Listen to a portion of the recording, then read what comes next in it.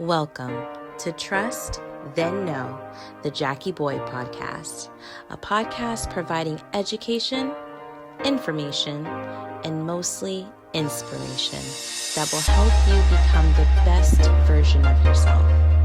Join host Jackie Boy for engaging and intriguing conversations.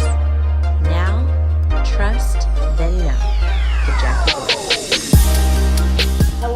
Hello, and welcome to the 4th episode of the 2nd season of the Trust and Know, the Jackie Boy Podcast. We come on every 2nd and 4th Tuesday of every month, and we are bringing you people who have something to say. People who can help you to become the better version of yourself through information, education, but mostly inspiration. We're on all your major podcast platforms, Amazon Music, Apple Podcasts, Spotify, YouTube, and Facebook. And Instagram. All you have to do is put in Trust, T-R-U-S-T, then T-H-E-N, Know, K-N-O-W, and you'll find all of our episodes. Listen, this month is Women's History Month, and I'm so excited because there are some phenomenal women right here in our city, right here in Jacksonville, who are doing amazing things to help other women be great.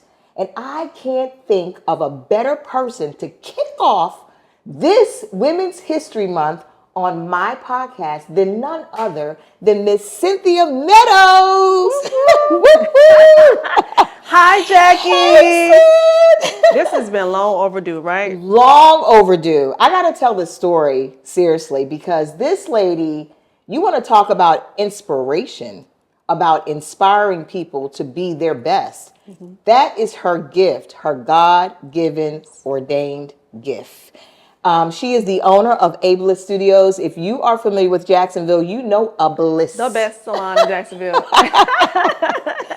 Absolutely. And she is a transformation beauty expert and salon owner, and you are amazing. Yes, thank you. Yeah. You try to be. You don't have to try hard, girl. Listen, if you see heads in Jacksonville that are looking slayed and laid, Cynthia's hands probably touched them. Yes. And if you are trying to figure out what to do with your gift, just have a conversation with her and she's going to bring it out of you. This podcast, I will say, is partly because Cynthia said, Jackie, you have to do something to celebrate. I had a milestone birthday. Yes. And she said, I was in the shampoo bowl and she had this conversation with me and we were just talking. And within a month, I moved forward with some things. So thank you so much, sis. Yeah, it's my pleasure. I love you for that. So listen, I want to jump right in. And I was serious when I said there's no better way to kick off this Women's History Month than with a person like yourself, because you have touched so many lives. I think hairstylists, like teachers, are very special people. Mm-hmm. You touch so many lives. I'm telling you. A hard gift. A hard gift. It's a lot to carry. Yeah. But the Lord knew you could carry it. Yeah, absolutely. So let me just jump in, Cynth. Now, I know you started when you were 14. You started doing hair. You discovered a gift when you were 14 in your mother's kitchen. Mm-hmm. You've done all type of celebrities, so many celebrities. You've been the beauty editor for Sheen magazine. Mm-hmm. You've been on the cover of Remy magazine. Mm-hmm. You've done so much. Mm-hmm. So you are a wealth of knowledge and information when it comes down to this space. So what actually inspired you at 14 to say, I think I want to do hair? Wow, that's actually a loaded question. And let me tell you why. My story started with the power of words. And it was the words that my mother planted to me as a seed when I was in her womb. My mother was a nurse at the time. She was braiding hair on the side as her side hustle to make extra income. Okay. And she prayed because she wanted to be a celebrity hairstylist, but her calling was a nurse. So I was in her womb and she would pray over home and say, my daughter gift will make room for her. And she would touch lives across the world. She would have a unique ability and gift. So I remember her coming into my room at 5 years old and she would pour all this oil on my hands. And she always told me, your gift will make room for you. And it was so powerful because she was consistent in what she believed, even when I didn't understand. And I just had this ability to just transform shapes and cut them dolls' hair up. That was just a gift that I had that she implanted in me by her words, which is why I'm so big on words now. And since then, I remember just waking up, and that was my routine every day. I'm cutting this doll hair. Mama, can I get this new doll? You know, I want this because I saw the vision in my mind and I wanted to create it. Wow. And a life-changing moment happened to me at the age, I want to say I was around 12 or 13. I was molested by a family member. Oh my God. And I didn't tell anybody for years. Probably 5 years ago, I just told my mom. But I was in a trauma space where all I could do was do hair. That was my outlet because I didn't have nobody to share that with. So I carried that burden all my life, and hair was just a platform for me to just create and just pour into women and just do these things because that's all I had at the time. Wow. So I remember turning my mom's kitchen into a beauty salon at 14. Had all the girls in the neighborhood. I was braiding hair. I wanted to be the best braider in the world. And I kept speaking life over my hands, and my mom always told me that it just stayed with me.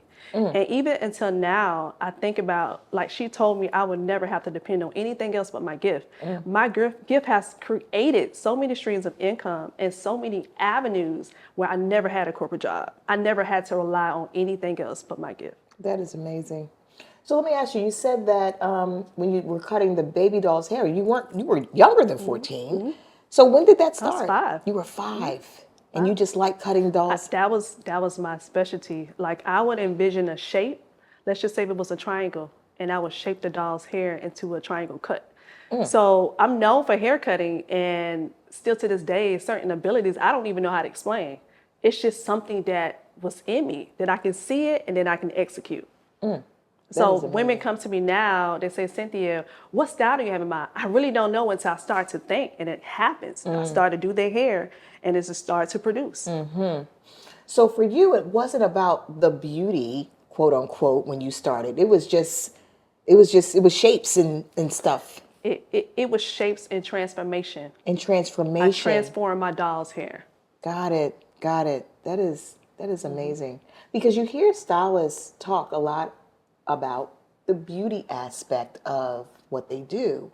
But for you, that's completely opposite. It's completely different. Yeah, completely different. And your mom spoke those words, exact words. Exact words. You had no choice, Cynthia. I had no choice. And still to this day, she still prays over my hair. Does she? Yeah. She does. And she tells that story. She's a nurse now at Baptist. And she tells that anybody who walked by, my daughter is such and such. She's such a proud mom. And I'm so happy that she believed because I struggled with belief. And I didn't see myself when my mom saw me just as a seed. So that is unbelievable. Believable. It's just amazing because so many of us, you said it, words have power. There's power in death in the tongue. And your mother spoke life over you. She believed, she had faith. Yeah. And she knew what she wanted. And even though that wasn't her purpose, she wanted to give me a purpose. So that is, that was the most powerful story I've never heard. Even to this day, I do the same thing with my daughter. Okay. But I'm giving her the freedom to do whatever she wants to do. But I've already given her a guideline, like, hey, we're going to do this. I'm going to push you into this because it's your job as a mom to push your kids into something or to give them a legacy. Right. That's right. So I wanted to make sure I had that for her. That's wonderful. Wonderful. So let's talk about that beauty. What is, because this industry, hair, all type of things for our skin and everything. I mean, women are constantly feeling the pressure of having to look a certain way and feel a certain way. So I want to first ask you, what is your definition of beauty? Beauty means so many things and so many people. What is your definition of it? I think it's the moment when a person or a woman discover who she is. Beauty is always evolving. So for me, it means so many different things. And it's my job to bring that out, which is why I specialize in transformations. Transformations. That's so important. Yeah. Transformations. So let me ask you this. Let's say by the world's standards, a woman by the world's standards is beautiful. But their spirit is not. She sits in your chair. People can be very beautiful on the outside according to the world standards, but very not beautiful on the inside. How do you address that? Oh, that's easy. I deal with it every week. And here's the thing, it's spiritual. So I can shift anybody in my chair spiritually because of my prayer life. So I set the tone for my environment when I come into these doors every single day. I pray. I invite God into the Holy Spirit into it. So when a woman comes in, and an ugly spirit can be so many different things. It could just be what she dealt with that day or what she's going through. It doesn't mean that their spirit is ugly, but I can shift my environment by my touch, or I'm saying a gentle prayer over her, and I'm telling her, hey, wait, let's pause. Let's pray first before we start. Or it may be a time where it's not a good fit for me. I'm like, hey, your spirit just don't agree. I need to end this appointment. So I've had times like that. You've done that. Absolutely. So that was going to be a question I have for you. Do you turn down? All the time. Yeah. If our spirits don't align, I can't service you. Yeah. So I probably had that about 2 times in my entire life. Okay. But normally I'm able to shift my environment. Okay. Yeah. And I guess it's the vice versa as well. For the woman who comes in dejected, feeling dejected, just not feeling good about herself, not feeling beautiful to her own standards, you can turn that as well. Absolutely, by speaking life into her. Do you find that one is easier or more difficult than the other? I love difficult clients. Do you? Because I like a challenge. Okay. So from the consultation, I already know what to expect. Okay. I love when a person undermines me, thinking I'm not capable of doing something, because I get a chance to really show them, like, okay, this is easy. Okay, you want to challenge me today? Let's do it. But those are the best clients. So I love them. I love a challenge. Because I guess they're the best because they probably know that they're difficult. And then for you to have done something. This is what we do. Right. So now you got a client for life, probably. Yeah. Wow. I love that. Yes. That is and amazing. my clientele is solely based off relationships. Relationship is going to keep the client, not your skill set. So. That's so important. Even in my business, it's relationship. It's relationship. We are problem solvers, and you build relationships. Yep. You don't have to sell anything. That. Yeah, that's wonderful. So, do you find that the majority of your clientele come from referrals? Or, yes. Yeah. Because I don't even have to post. I don't post for bookings. Like, even if you pay attention to my content, it's not call here. No, I don't have to do that. It's solely off referrals. So I tell every client that's in my chair, if we cannot build a relationship with your hair, because my sole purpose is to build a understanding and a relationship with your hair, then we can't work together. So I need you to make a series of appointments so I can understand your hair and give you solutions. I'm solution driven. So I don't want you coming to me if it's just 1 or 2 appointments. It doesn't serve either of us a purpose. So I have to make sure that I'm able to build them a treatment plan. Okay. And then we can build out appointments. But most of my clients have been with me for about 10, 15 years. Okay. And the appointments is already set for the year. Got it. Yeah. So from 14, when did you actually go, you were doing hair in your mom's kitchen.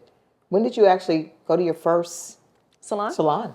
It was 16. You were 16. So I was not your average kid, right? Okay. So while everybody was in school doing all these, they were cheerleader, I didn't have that opportunity because my parents are super strict. All I had was hair. That was my hobby. That's what I did after school. I woke up, went to school, did hair. Like I had a schedule.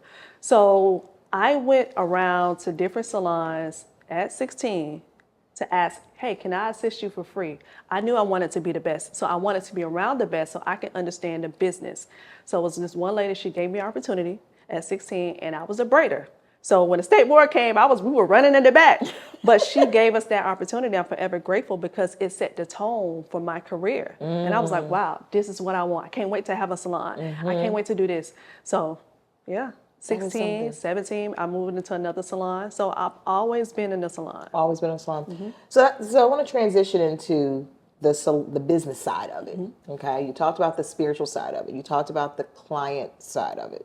But the business side, how do you go from your mom's kitchen to this? And I know it wasn't from there to this, but talk to us, to any aspiring hairstylist or salon owner. I know you got to do certain business things, but just talk about that. Wow, it's such a loaded question. I'm trying to see where I want to start with that. I think I've always just been eager to grow. And I wrote the vision at an early age. I think after I left the salon at 16, I knew where I wanted to go. So at 17, I started to write down my plan. I went to several salons in the area. I auditioned for them, got into the salon, I worked in them. I just wanted to travel the world and see different things. So that was my goal first. Before I got in Bliss, I was at another popular salon, and she kind of set the platform for the city of Jacksonville. It was the salon in the city. Everybody knew about it, everybody was talking about it, and it was an environment that I say, you know what, this is what I want. I want this type of level of clientele. It felt like the club for a certain caliber of women. Okay. So for me, my vision grew off that. I started to look for building spaces. And I remember going to this strip plaza, and I walked around and I was praying. I was like, God, I want this, because that was in my budget. And God was like, dream bigger. I was like, God, this is bigger. This is what my pockets can afford. Right, this is as big as my pockets are. Right, and I remember the person telling me no. So I applied for another one, and he turned me down and said no. I said, God, this not working out. I'm fasting and praying. You told me to write the vision, and I'm doing all this, walking around 7 times. And I went home defeated, and I cried that night. The next morning, this lady called me, and she said, are you looking for a salon space? And I never met her. And I said, yeah. And she said, well, God spoke your name in my spirit. Can you come see this space? Because I'm getting out of the industry. And I said, okay. So I met her the next day. And when I came to this place, I was like, there's no way that I can afford this. She said, oh, that's the easy part. Do you want it? And I said, I think I do, but let's talk numbers. And we got into negotiations, and I think at the time I probably had about $5,000 in my bank account, because I was horrible with money. And I gave her my last $5,000 at the time. And I turned this into what God told me to dream bigger with. And I believe when God gives you something, He already have it built out for you. I didn't have to, I thought I was going to do a building plan and full build out and had all this stuff. I was printing out, and I was in a relationship at the time. I remember this guy, he said he was going to help me with my beauty salon. He would have me print out the stuff. He would staple money to the paper, and he would take it back when I did something. Really?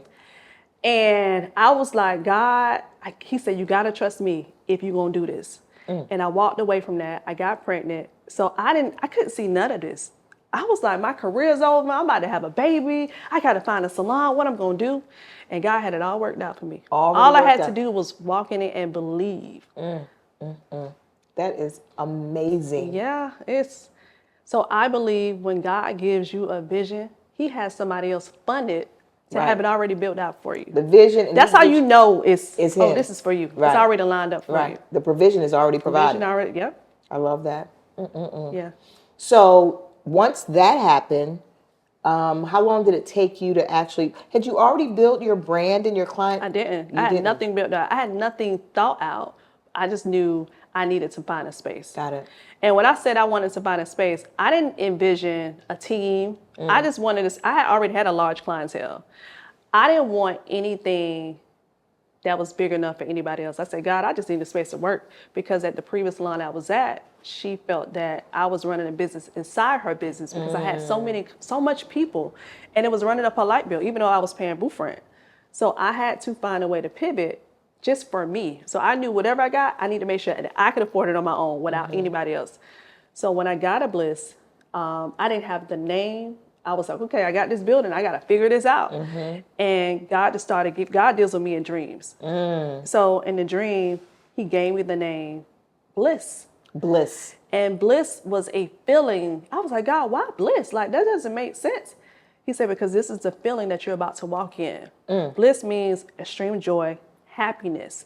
This is what you're going to experience. This is what people are going to experience when they see and walk into this place, because it's a feeling, it's a sanctuary. And when I put the Abliss, it's just a feeling of healing. It's completed. So I came up with the name. I was like, okay, so my slogan is, "Where beauty and joy emerge." Yes, yes. And Abliss became transformations. When you walk, regardless of how you walk in, you're going to leave out feeling a different type of way. That's right, because it's more than hair. It's more than hair. I didn't want to sell hair. Everybody's selling hair. I'm selling more than hair. Right. I'm selling an experience. I'm selling transformation. And you encountered it as well. Like, I give strategies. Like, I have this gift where everything about your life plays before me. I'm able to see it and speak it. That's a God-given gift That I is a have. God-given gift. Yeah. So I'm doing business consultations in the chair. I'm doing all kinds of stuff. You got a bunch of stuff going Yes, on in here. yes. So I love it because it's never a job for me. Yes. And I tell people, like, that's why I dress up for work. Like, this is my career. So I love it. That's wonderful. Okay. Listen, and I am a believer because I am a client. yes, yes. And I am big on energy, big on environment, and coming in a place where, back in the day, you go to salon, I know for me, you want to be there all day. Yeah, I know especially on Saturday. that's changed, right? Or for some people it has changed, but for me, yeah. Yeah. And so because it is an experience and you come in and you get filled emotionally and spiritually and you come out and you got your hair done and you're just feeling good. That's a very good thing. Wonderful. Yeah. Okay. So Abliss came from the dream. Abliss came from the dream and the name has just carried. So I want to transition into how it's carried outside of these walls, even outside of the city. I know that you are the official stylist for the Roar Jacksonville. Yes. Yeah, it's you and another stylist. Me and another hair salon. Okay. Yes. How did that come about? Relationships. Someone connected me to the coach 6 years ago, and because but when I say relationships can take you further than money, and when we connected, it was just, hey, let's do this together. And we just built that relationship every year. She was like, Cynthia, you gonna do this year? I'm like, you know what, let's do it again. And let's do it again. And so that's how that came about. That's wonderful. It's been a So beautiful as the partnership. official stylist, you and the other stylists do all their hair? Yes, yes. That's wonderful. So it's mainly a sponsorship. So we do the marketing side as well, where you see our logo around the games and the banners and stuff like that. So it's just mainly branding and awareness and marketing. That's great. Yeah. That's right. And you're building a relationship with the Of course. And I Roar. love my girls. Yeah. Yeah. And then, and what I say, even in real estate, like when you do right by a client, a person, they're going to tell all their friends. Yes. It's a built-in referral source. Not that you start off looking for that, but that it's just, you're just doing you. Yeah. Right. Yeah. All of that. Absolutely. And not only the Jacksonville Roar, but you also are a celebrity stylist. You have done so many celebrities' hair. Talk about that.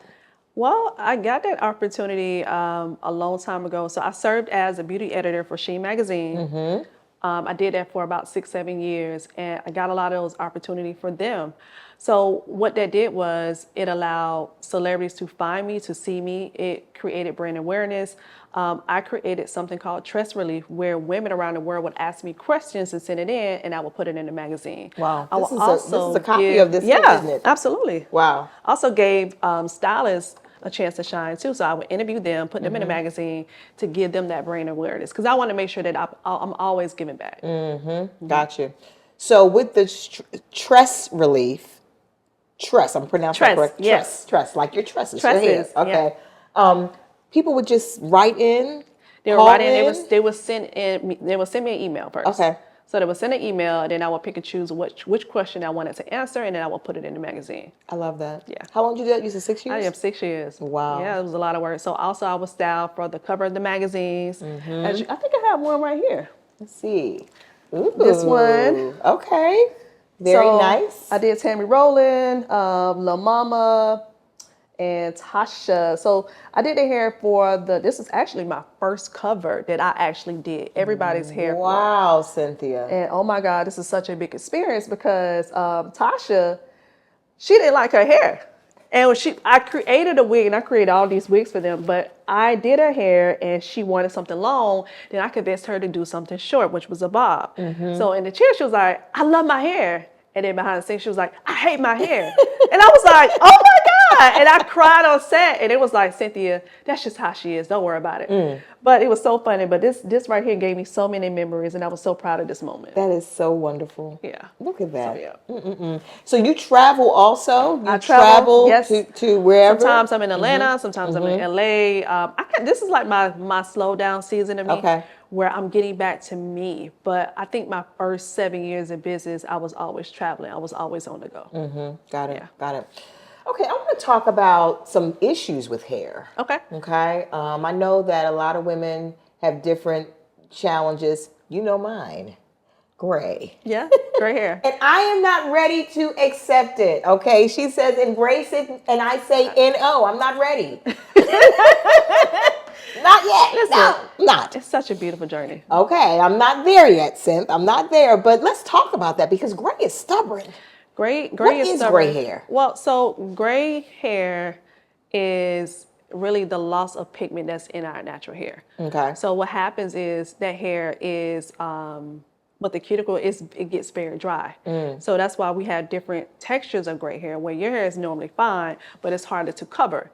So you have to decide at some point, like, okay, I gotta stop coloring because now we're doing it, every 2 to 3 weeks? Yeah.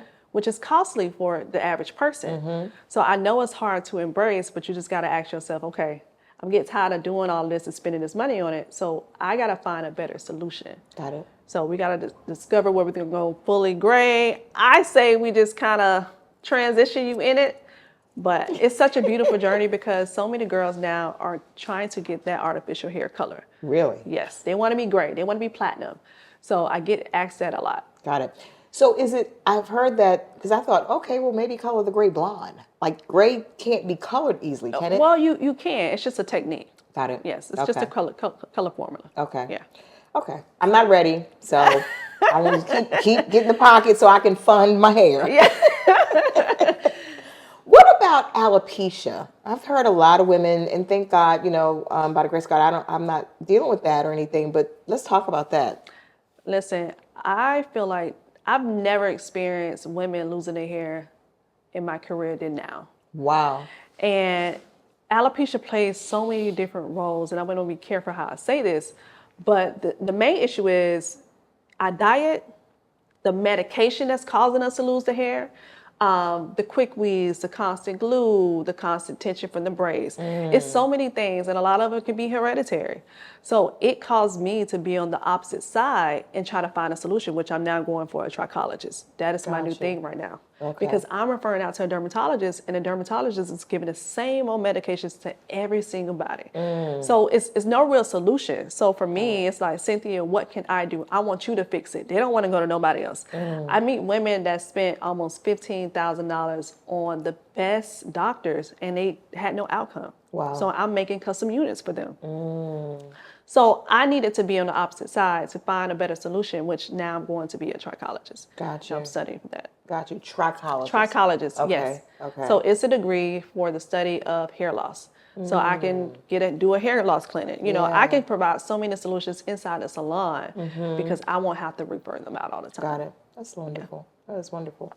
And the medications, you mentioned that, like from medications that also causes hair loss. Like blood pressure medication, that's the one that's most commonly a lot of women are on. So I'm seeing, like, if they've been on it over 6 or 7 years, they start to get that bald spot in the middle. Got it. So it's been a common trait that I've been seeing in my women clientele. What about fine? Like, I have extremely fine hair. It's very, very, very fine. And as I've gotten older, it's thinned. How do you, can you take anything to, like, the nail and what is the hair and nail vitamin? Yeah. Well, first we have to discover, like, what is your mom's hair texture? Very fine. Is her, so we can kind of look at your mom and see what your hair is going to do. Because it's generational. Like my dad, I took after my dad's side. So all the male in my family, they have this bald spot in the middle. So in my middle, my top is thinning. So I know, like, okay, I got to find a solution at a certain age. And we got to stop comparing our hair to what it used to look like 30 years ago. Right. Like you comparing your hair and say, okay, in my 20s, my hair was looking like this, and now I'm 60 and it's doing this. Right. Your hair's always changing. It's always changing, just like we're always changing. Exactly. Okay. So I want to transition as we kind of come to a close. Yeah. Your legacy. You're Brooklyn. You're beautiful My baby. Brooklyn. Yes. And your mentoring, because I know I've seen, and I think I was at one where you actually had her friends and y'all were here, and then you took them on a bus, you did some things with them, and you're constantly pouring in. I know Brooklyn has gone to some different beauty shows with you. You were in my hometown of Baltimore. You did In some Baltimore, things. yes, Yep. yes. So talk to me about the legacy and what Abliss and Cynthia Meadows wants to eventually do in your legacy with your gift. So what Abliss has is it's called Abliss Camp. Okay. So we do that every year where we pour back into teens because that's where I started. Yes. And we have to get their minds and capture that attention at an early age like I did. I was 5 when my mom was pointing to me. So it's important that I'm always giving back, and especially because I have a 12-year-old now. Yes. So Brooklyn just launched her own hair care line for kids. Wow. So we partnered on that together, and that came because I couldn't find anything for her hair texture. So we created that. We created a hair growth oil. She loves edge control. So I created a healthy version of edge control for her. We did a rice water shampoo and conditioner. So what we did the last time you came, we did a hair release party for it. Okay. So I wanted to show her that it's possible for girls like her. And what that did was build her confidence, but it also tore her confidence down because the girls was making fun of her, and they told her, who wants to be a hair boss at 10 and 12 years old? Who does that? So it's important that I keep her around like-minded kids. So a lot of times she's with me versus her friends because it's important that she learns the relationship journey. She sees me in the spotlight. I'm doing this, doing that. So when we launched, we did the Emmy Award suite. And that was like an eye-opener for her. And she was like the star of the room. Like she had on this cute outfit. And everybody wanted to talk to Brooklyn. No one wanted to talk to me. So all the celebrities were there. They was like, so what made you start? Because we had already been prepping the night before. She's like, Mom, I'm not sure if I want to do this. I said, you'll be fine. And the camera was on her like this and doing this and this. And she was like, oh my God, this is too much. Wow. And after she was answered the questions, they were buying from her because they was like, we bought into your store. We believe in you. We want to support you. So she had so much support. And she was, at the end of the day, she was like, Ma, this is too much for me. I don't want to be in the spotlight. I was like, really? So now we were just revamping the vision because I get it. She's shy. So I don't want to make her the brand. So we're just building a new campaign around it. So we're going to relaunch. Okay. Yeah. That's wonderful. Outstanding. Yeah. So do you see Brooklyn? I know you were telling me the other day, I have to go to flag football practice. And she does. Yes. So do you see, like your mom spoken to you and I said, Cynthia, you didn't have a choice, but you're giving Brooklyn the opportunity to choose. And you just said you're relaunching because you don't want to push her. Where do you see your gift and the legacy of it going? Or what's your thoughts of that? So if something ever happens to me, Brooklyn I already have a blueprint for her. And I put certain people in place where all she has to do is walk in it. So like, for example, we got a first trademark called Brooklyn Pops. I knew I wanted to turn that into an ice cream shop or something else for her brand, but I made sure I trademarked those names at every age, every milestone. This is what we're going to do. This is, so I'm already building her legacy, but it's important for her to know that she never has to hustle. I had to hustle. I had to buy my own school clothes.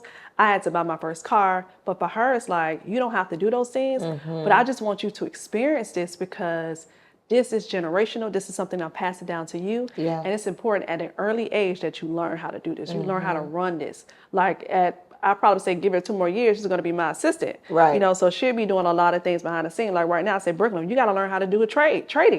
Trading is something where you could, because she loves money. She loves spending it. So we're going to learn how to trade to make you some money. So she loves being on social media. She loves being, behind the scenes. So I'm just giving her other things to do and to learn. Yeah. So I'm always keeping her in something, keeping her mind busy. That is wonderful. Yeah. And that's for all of us, all moms. Absolutely, We have to give our daughters and our sons, we just have to give them the opportunity for exposure. The difference in people is exposure. And it's exposures, and I'm teaching her how to create and retain relationships. I'm really big on that. Yeah. And that's something I think social media doesn't give them, or even adults if you don't. Right. It's no class for that. No, not at all. But I'm always connecting people together. Like, I'm a great connector. So Yeah. I always have a resource. If you need this, I got the person for that. Got it. Yeah. I love it. Which is why I've always been able to go to China, because I have so many resources that I resource over there. So I want to take her, and that's one of my goals this year. Hopefully, if the war is not, but I want to be able to take her to China so she can experience it herself. Yeah. That's wonderful, Cynthia. Yeah. Outstanding. Yes. Yay. Well, girl, thank you so much. You're so welcome. You are amazing. You're phenomenal. You're sweet. You're kind. You're all of those things. I knew the first time that I met you, like, I want this girl to have this relationship with my hair, and I want her to continue to pour, because I've seen it and I've experienced it firsthand. So thank you so much. I appreciate you. Yeah, so thank you so much. Thank you. Thank you for giving me your time. I know you're so busy. I know we were trying to get this, like it says, long overdue. Thank you for providing the platform that absolutely. God has given you. I'm so proud of you. Thank you, Sid. Yeah. And March 31st, book release. Also, Yes. she poured into me about that. Yeah. Because I didn't write this book. I saw the book. I saw the podcast. Oh, my and gosh. I saw Jackie. But I'm glad that you were able to execute. Yeah. And I'm so excited. Thank you so much. Yeah. Well, listen, guys, I hope you enjoyed Miss Cynthia Meadows, the owner of Abliss Studios here in Jacksonville, Florida. Listen, she is the official stylist for the Jacksonville Roar. She has done all celebrities from all across the country. She's done hair, but most importantly, she's pouring into her daughter, Brooklyn, and she is just a God-given gift, talent, inspiration to anybody who sits in her chair, anybody comes in her presence. So I hope you got something from that. And again, we are always going to bring you people who have something to say, who can help you be the better version of yourself through information, education, but mostly inspiration. Listen, we come on every second and fourth Tuesday, and we are going to bring you people who can encourage you and who can inspire you. We hope that what you heard today, you liked, and if you liked it, share it. Subscribe to the Trust and Know, the Jackie Boy podcast. We're going to always bring you people who have something to say. So until next time, happy Women's History Month. Happy Women's History Month. Yes, Bye. we'll see you the next time. Bye. Thank you for listening and watching this episode of Trust, Then Know, the Jackie Boy podcast. We hope this episode has left you informed, intrigued, and inspired to become your best self. Remember to tune in every second and fourth Tuesday of the month and trust, then know.